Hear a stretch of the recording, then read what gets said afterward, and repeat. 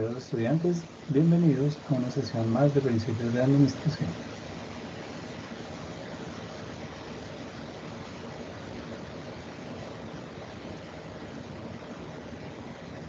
Muy bien, vamos a continuar con las teorías administrativas.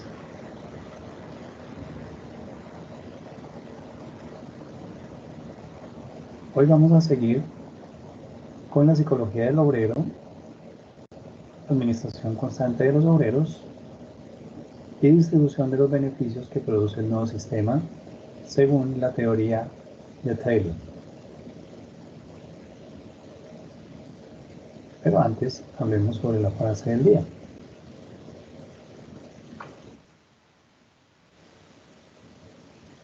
Al fin y al cabo, gestionar bien no es otra cosa que dar el mejor de los usos a unos recursos que son escasos y siempre tendrán sus alternativas. Una propuesta de Ana Cabezas.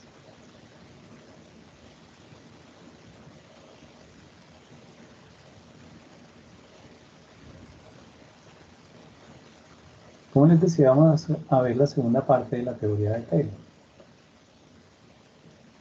Observemos ahora la psicología del obrero.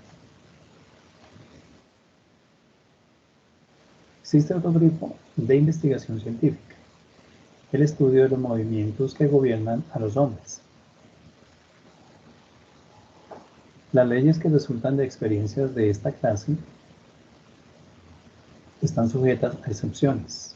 Existen leyes de esta naturaleza aplicables a una gran mayoría de individuos que cuando están definidas son de gran valor como guía en el manejo de los hombres. La más importante ley perteneciente a esta clase es el efecto que produce la idea de tarea sobre la eficiencia del obrero. No existe nada nuevo en la idea de tarea. El obrero común trabaja con mayor provecho para sí mismo y para su patrón cuando se le fija cada día una tarea definida que habrá de ejecutar en un tiempo dado y que constituye un trabajo correcto diario para un buen obrero. Esto le proporciona una medida precisa que le permitirá medir su propio progreso y cuyo cumplimiento le proporcionará la mayor satisfacción. Es imposible que trabajen más que la generalidad de sus camaradas, a menos que se les asegure un aumento grande y permanente en sus salarios o ingresos. Existen obreros deseosos de trabajar con mayor rapidez siempre que se les dé este aumento en los salarios. El obrero puede recibir la seguridad de que este aumento será permanente. El aumento requerido para hacer trabajar a un obrero con la máxima rapidez depende de la naturaleza de la tarea que realice. A los trabajadores se les asigna una tarea que exige un alto promedio de velocidad. Es necesario asegurarles la tarifa máxima cada vez que tengan éxito en esa tarea. Esto implica fijar cada obrero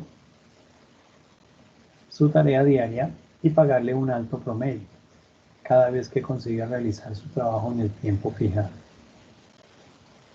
Es difícil apreciar en qué medida el uso correcto de estos dos elementos alienta al obrero, permitiéndole alcanzar el más alto nivel de eficiencia y rapidez en su oficio y mantenerlo. La tarea y la prima constituyen dos de los elementos más importantes del mecanismo de la administración científica. Su importancia proviene del hecho de ser el coronamiento de todos ellos, exigiendo el concurso de todos los elementos del sistema. Pero existe una necesidad de dirección y de una administración constante de los obreros. Las instrucciones escritas con respecto a la mejor manera de efectuar cada parte del trabajo son preparadas por adelantado por el Servicio de Preparación del Trabajo, es decir, manuales de procesos y procedimientos. Estas instrucciones representan el trabajo combinado de varios empleados de dicho servicio, cada uno de los cuales tiene su propia especialidad. La naturaleza humana es tal que muchos obreros, si fueran abandonados a sí mismos, prestarían poca atención a las instrucciones escritas. Entonces es necesario designar instructores encargados de vigilar que los obreros entiendan y apliquen las instrucciones escritas. Bajo la administración funcional, el capataz es reemplazado por 8 empleados, cada uno de los cuales desempeña una función especial. Y estas personas son instructores expertos que se encuentran en el taller ayudando y dirigiendo a los obreros. Habiendo sido elegido cada uno de ellos por su conocimiento y habilidad en su especialidad, son capaces de indicar lo que debe hacerse y de efectuar el trabajo en presencia del obrero, de manera tal de enseñarles los mejores y los más rápidos métodos. Uno de los instructores inspector se ocupa de que el obrero entienda los dibujos y las instrucciones dadas. Le enseña cómo hacer el trabajo de la calidad exigida. El segundo instructor, jefe de equipo, le enseña cómo colocar el trabajo en la máquina, cómo efectuar todos los movimientos de la manera más rápida y mejor. Mientras que el tercer jefe, de velocidad, se ocupa de que la máquina sea manejada a velocidad conveniente y que se use la herramienta apropiada, en forma de terminar la pieza en el menor tiempo posible. El obrero recibe órdenes y ayuda de otros 4 hombres, del jefe de reparaciones, limpieza y cuidado general, también del contador con respecto a todo lo relativo con su salario, del empleado de marcha y del encargado de la disciplina en caso de que un obrero tenga desavenencias con cualquiera de sus diversos jefes. Todos los obreros ocupados en una misma clase de trabajo no requieren igual enseñanza individual y atención por parte de las capacitaciones y funciones. Los que son novicios en una tarea necesitan mayor instrucción y vigilancia, porque están aprendiendo. Cuando gracias a esta enseñanza y esta instrucción el trabajo se vuelve tan cómodo y tan fácil para el obrero, la primera impresión es que tal sistema tiende a convertirlo en un mero autómata. Los obreros dicen, no puedo pensar o hacer un movimiento sin que alguien intervenga o lo haga por mí. ¿Qué cosas? El obrero en el sistema de administración científica coopera con sus instructores, tiene para perfeccionarse una oportunidad tan buena y mejor que la que tenía cuando todo el problema se dejaba en sus manos y efectuaba su trabajo sin ninguna ayuda. Ahora, con la ayuda de la ciencia que se desarrolla y a través de las instrucciones de sus instructores, a cada obrero de una capacidad intelectual dada, se lo capacita para realizar una clase de trabajo muy superior, más interesante y más perfeccionada y provechosa que la que antes era capaz de hacer. Con la administración científica, el obrero no puede usar cualquier herramienta y método que crea buenos en la práctica diaria de su trabajo. Debiera proporcionársele el mayor aliento en el sentido de que sugiera mejoras. Y toda vez que un obrero proponga mejoras, la política de la administración debiera consistir en hacer un análisis cuidadoso del nuevo método y realizar una serie de experimentos para determinar los méritos relativos a la nueva proposición y del sistema en uso. Y siempre que el nuevo método sea superior al antiguo, se le adoptará como modelo en toda la fábrica. El obrero debiera recibir todo el mérito por el perfeccionamiento propuesto y aceptado, y pagársele una prima en efectivo como reconocimiento por su ingenio, no es para menos.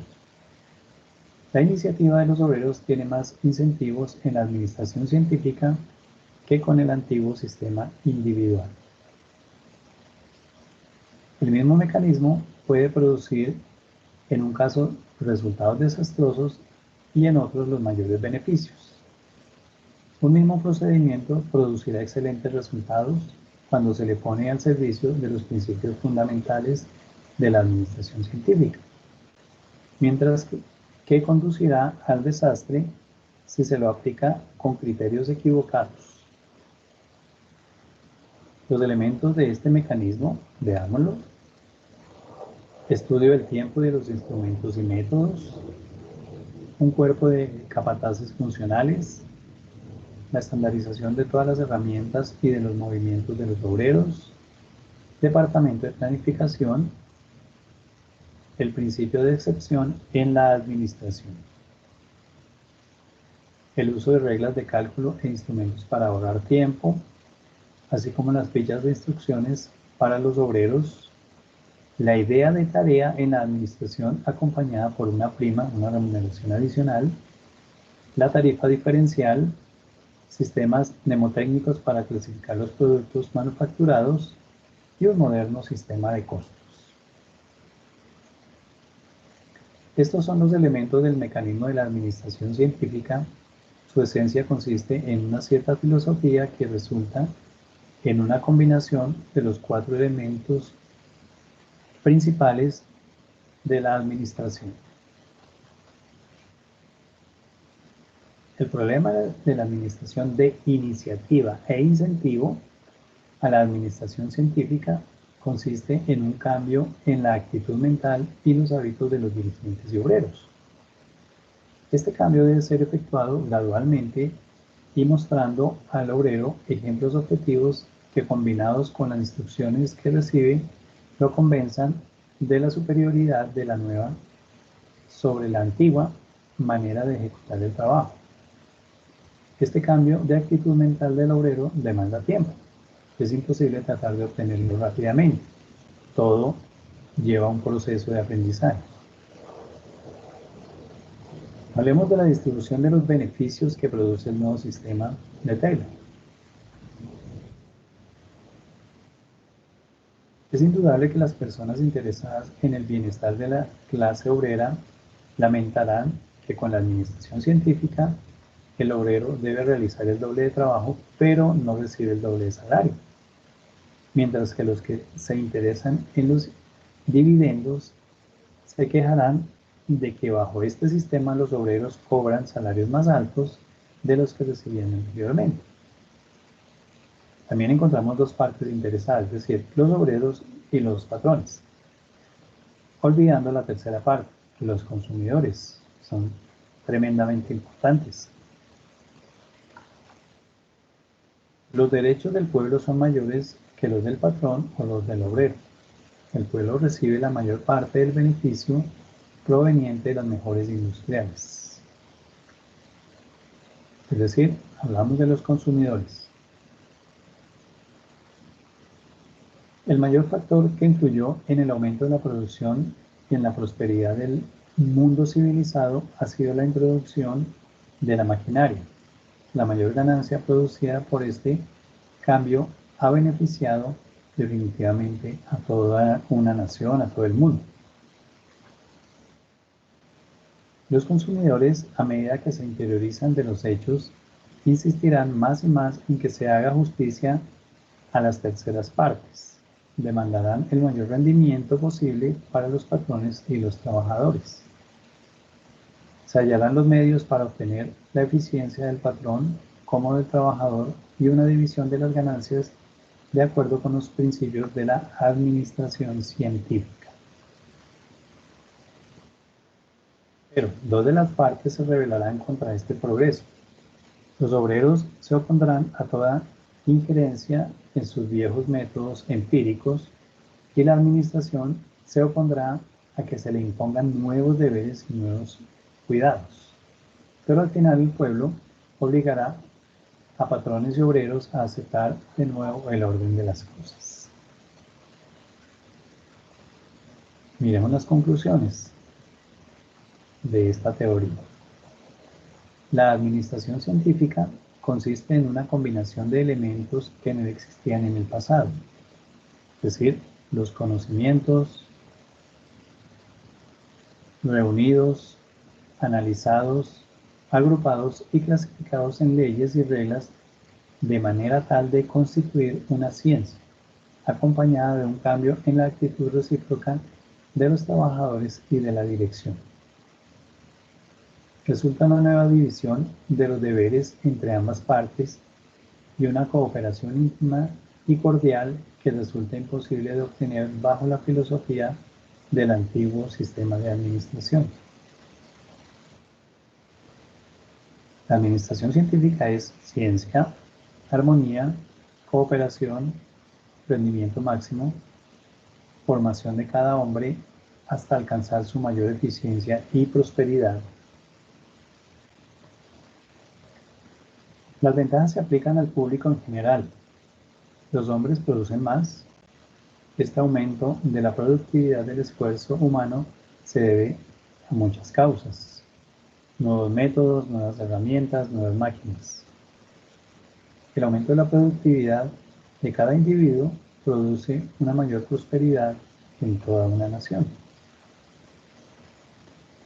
Aquellos que temen que un gran aumento en la productividad de cada obrero provoque la desocupación de parte de sus camaradas deberán comprender que el elemento que más diferencia los países civilizados de los bárbaros, es decir, de los atrasados, es que en los primeros el hombre es más productivo.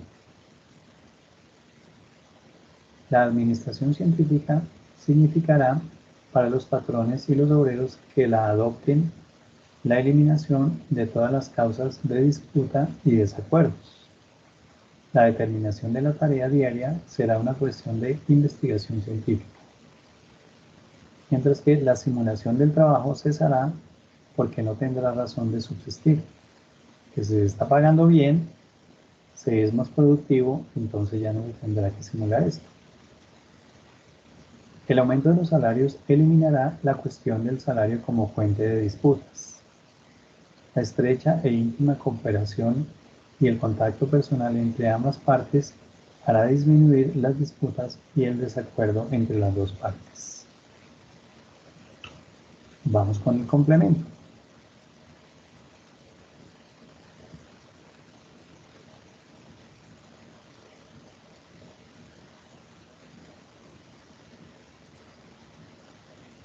Hola a todos, bienvenidos a Administración 101. En esta ocasión vamos a hablar acerca de los principios de la teoría científica. Así es, vamos a ver los diferentes principios de acuerdo a los principales autores o protagonistas de esta teoría. No sin antes recordarte que por favor des clic en me gusta, te suscribas al canal, actives la campanita y que compartas el video, que es la forma como me puedes ayudar. Así que sean todos bienvenidos y comencemos. Vamos a ver los enfoques de estos principios desde tres autores. Primero, el de Frederick Taylor, padre fundador de la teoría científica. Veremos también los principios de Harrington Emerson, sus 12 principios de la eficiencia, y también veremos el caso de Henry Ford acerca de los principios que él planteó en la teoría científica. Así que comencemos. En el caso de los principios de Frederick Taylor tenemos 4. El primero es el principio de planeación, que nos habla de sustituir el criterio individual, la improvisación y la actuación empírico-práctica del operario en el trabajo por los métodos basados en procedimientos científicos. Esto quiere decir que la idea es cambiar cualquier tipo de improvisación que haga el trabajador en su puesto de trabajo, en su tarea, por un estudio científico mediante la planeación del método de trabajo. Es decir, no dejar las cosas al azar, sino a través de la planeación establecida. Hacer un estudio de tiempo, de movimiento, analizar la tarea que se va a realizar. Esto nos conlleva al siguiente principio, que es el principio de preparación. Hay que seleccionar científicamente a los trabajadores de acuerdo con sus aptitudes y prepararlos, entrenándolos así para producir más y en mejor forma dentro de la tarea asignada. Todo esto en concordancia con lo que se hizo en el primer principio, es decir, todo en concordancia con lo que se planeó. Por lo tanto, una vez planeado, una vez estudiada la tarea, el trabajo que va a hacer este trabajador, hay que seleccionar al que tenga el mejor perfil como podemos decir hoy día, que tenga las mejores aptitudes para que pueda desempeñar de una forma eficiente eso que se planeó en ese punto de trabajo. Luego viene el tercer principio, que es el de control. Habla acerca de controlar el trabajo para cerciorarse que se está ejecutando o que se está haciendo de acuerdo con las normas establecidas y según el plan previsto, es decir, según lo planeado allá en el primer principio. Por lo tanto, la dirección debe cooperar con los empleados para que la ejecución se haga de la mejor forma posible. Entonces, una vez planeado lo que se va a realizar, la tarea que se va a hacer, una vez seleccionada la persona y prepararla para que haga la tarea, debe controlarse a ver si está ejecutando la tarea de acuerdo a lo planeado. Y por último, el principio de ejecución. Habla acerca de asignar atribuciones y responsabilidades para que el trabajo se realice con disciplina. Es decir, una vez cumplidos los tres principios anteriores, se debe asignar la responsabilidad para que este trabajo se lleve a cabo. Es decir, esto tiene que ver mucho, por ejemplo, con uno de los principios de otras teorías, como la teoría clásica, la unidad de mando y la unidad de dirección. La unidad de dirección en este caso es decirle al trabajador qué es lo que se espera una vez explicado qué es lo que tiene que hacer en su puesto de trabajo. Bien, ahora vamos con los principios de Emerson. Son 12 principios de eficiencia. Sin embargo, en esta ocasión vamos a analizar uno desde 3 puntos de vista. Entonces, vamos a comenzar. Primer principio, trazar un plan bien definido de acuerdo con los objetivos. Esto habla claramente que se debe formular los objetivos de organización de una manera precisa y darlo a conocer a toda la empresa para que trabajen en ellos. Recordemos que esto tiene que ver con lo planeado, algo que nos habla ahorita el principio de planeación de Taylor. Entonces, una vez planeado, creado el objetivo, pues se debe formular de tal forma este objetivo que la organización pueda alcanzar este tipo de plan. Recordemos que los objetivos es un tipo de plan. Segundo principio, establecer el predominio del sentido común. En las tareas hay que establecer el sentido común al momento de la realización. ¿Esto con base en qué? Con base en la experiencia, con base en el conocimiento adquirido. La persona que está llevando a cabo la tarea, ya sea el administrador, el gerente, el operario, debe aplicar a su operación el sentido común. ¿Con base en qué? En todo lo que ha aprendido mientras ha estado en ese puesto. Tercer principio, ofrecer orientación y supervisión competente, es decir, lo que se conoce como una asesoría competente. El administrador debe contar con un consejo calificado en todo el tiempo y en el lugar que se encuentre. ¿Esto qué quiere decir? Que al trabajador, ya sea el jefe, el gerente, el líder, pueda ofrecer una orientación y una supervisión adecuada de acuerdo a los objetivos que se espera alcanzar en esa tarea o en ese puesto de trabajo. Cuarto principio, mantener la disciplina. Debe existir un apego estricto a los reglamentos, es decir, debe haber disciplina. Esto tiene que ver mucho con otro de los principios de la teoría clásica, que es el principio de disciplina. Para eso están las normas, para eso están las políticas y reglamentos. Quinto principio, imponer honestidad en los acuerdos, es decir, justicia social en el trabajo. Aquí el trato justo es esencial. Se requiere que el administrador, el gerente, el líder tenga habilidades, tenga competencias del tipo humano, que tenga valores, no solamente los valores corporativos que están establecidos, que tenga ya principios establecidos en su interior para que pueda aplicarlos en el día a día, como es el caso de la honestidad. Sexto principio, llevar registros precisos, inmediatos y adecuados. Es importante tener registros de las operaciones, de las tareas de los trabajos, ya que los registros proporcionan bases para la toma de decisiones, por lo cual es importante mantener registros precisos, inmediatos y adecuados para poder tomar la mejor decisión posible con base en la situación que se está presentando en el punto de trabajo. Siguiente principio, fijar la remuneración proporcional al trabajo, que al trabajador debe pagarse de acuerdo a su productividad, es decir, proporcionar su trabajo. Entre más productivo sea el trabajador, entre más haga, entre más venda, pues por lo tanto debe pagársele un poco más. El siguiente principio es el de estandarización. Este se divide en tres. Primero, normas estandarizadas para las condiciones de trabajo. Segundo, normas estandarizadas para el trabajo. Y por último, normas estandarizadas para las operaciones. En cuanto a las normas estandarizadas para las condiciones de trabajo, es importante estandarizar estas condiciones para reducir el tiempo de ocio, el desperdicio de la materia prima, todo esto mediante la perseveración, mediante la eficiencia en el trabajo. En cuanto a la estandarización para el trabajo, es importante que existan programas, que existan métodos que, gracias al estudio de tiempos y movimientos, permitan el establecimiento de la operación de la tarea de una forma eficiente. Y por último, las normas estandarizadas para las operaciones. Es importante estandarizar las operaciones en todo tiempo y en todo lugar para aumentar la eficiencia. Es decir, independiente al puesto de trabajo, independiente a donde la persona sea colocada, la operación debe ser eficiente gracias a estas normas establecidas. Siguiente principio, dar instrucciones precisas. Es importante que las instrucciones sean claras, en lo posible que sean escritas y que estén estandarizadas, que se estén actualizando constantemente para que puedan dar los resultados esperados en la consecución de los objetivos. Y por último, establecer incentivos atractivos para aumentar el rendimiento y la eficiencia. En este caso, los incentivos juegan un papel fundamental como factor motivacional para aumentar la productividad dentro de la organización. Es decir, si el trabajador vende o produce más que el otro, este debe recibir un mayor incentivo, ya sea salarial, social o algún tipo de recompensa por encima de aquel que solamente lo hace en el promedio o menos el promedio.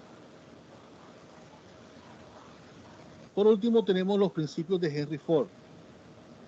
Ford adoptó tres principios básicos para establecer un esquema acelerado de producción caracterizado por el trabajo rítmico, coordinado y económico. Tenemos el primer principio, que es el de intensificación. Este habla acerca de disminuir el tiempo de producción utilizando de inmediato los equipos y la materia prima y llevando el producto al mercado con rapidez. Es decir, la eficiencia en el uso del tiempo al momento de la fabricación del producto.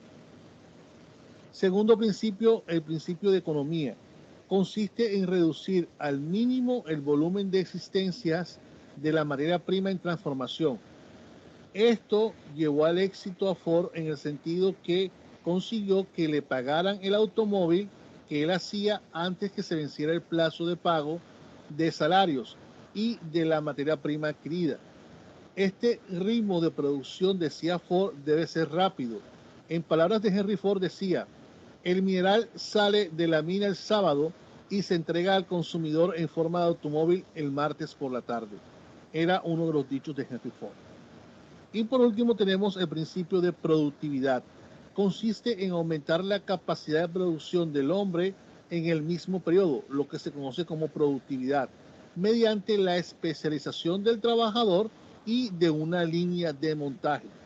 Por lo tanto, el operario así ganaría más y el empresario logra mayor producción.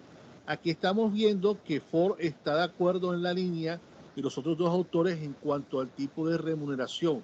Entre más eficiente y productivo sea el trabajador, mejor debe remunerarse su trabajo. En este caso, recordemos que Henry Ford fue el pionero en la línea de montaje para ser más eficiente en la producción de los automóviles. Muy bien, hasta aquí este video de los principios de la teoría científica. Si te gustó, por